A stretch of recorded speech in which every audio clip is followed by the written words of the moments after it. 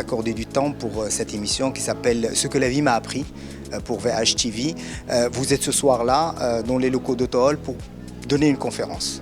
C'est ça? C'est juste, absolument. La conférence va parler de l'homme algorithmique. En fait, l'idée c'est de dire est-ce que vraiment, comme le prédisent les scientifiques, l'homme va vivre 1000 ans grâce aux algorithmes, grâce aux technologies, etc.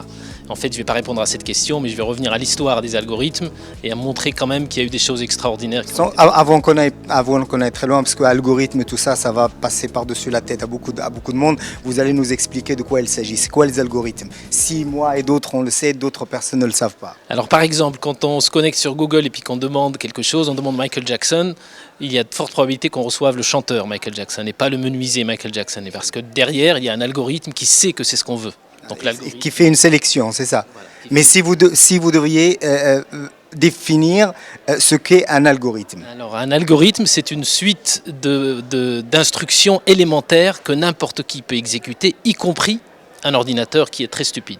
Comment vous est venue l'idée de vous spécialiser dans une science aussi pointue?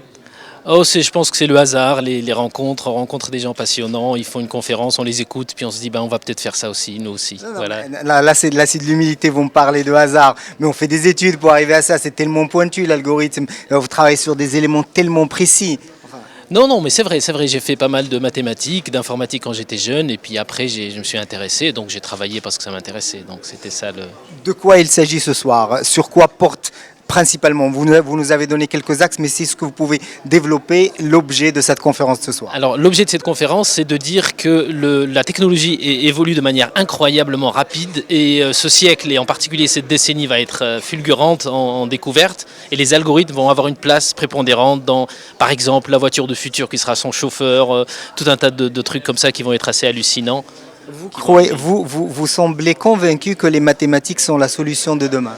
Je ne pense pas que c'est la solution, je pense que c'est la cause de beaucoup de découvertes qu'on aura. Pas la solution, mais c'est ce qui va conduire beaucoup de découvertes scientifiques. Est-ce que vous êtes optimiste sur l'avenir de l'homme, avec tout ce qui se passe, ce progrès scientifique qui n'a pas que du bon, il y a aussi du mauvais?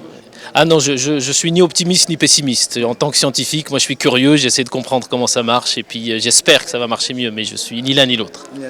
Comment on peut avoir un tel détachement par rapport à ce qu'on fait quand on a votre parcours, quand on travaille sur un domaine aussi pointu que le vôtre? Vous semblez avoir un détachement par rapport à tout ça. Est-ce que c'est les mathématiques qui font ça? Non, peut-être d'autres activités. J'aime beaucoup le surf, je fais des marathons, donc ça vide la tête et on se détache. C'est à cela que je voulais en venir. En dehors des mathématiques, c'est quoi votre vie aussi? Ma vie, c'est une vie de famille assez remplie, c'est beaucoup de sport, comme j'ai dit, du surf, des marathons, des choses comme ça qui permettent de prendre du recul par rapport aux équations. Si vous aviez un conseil à donner aux générations futures? Faites de l'informatique et en particulier des algorithmes parce que c'est ça l'avenir. Et n'oubliez pas un peu de sport et n'oubliez pas un peu de sport, voilà. Et surtout du surf. Merci beaucoup Rachid Ghraoui de nous avoir accordé du temps. Merci beaucoup. Merci.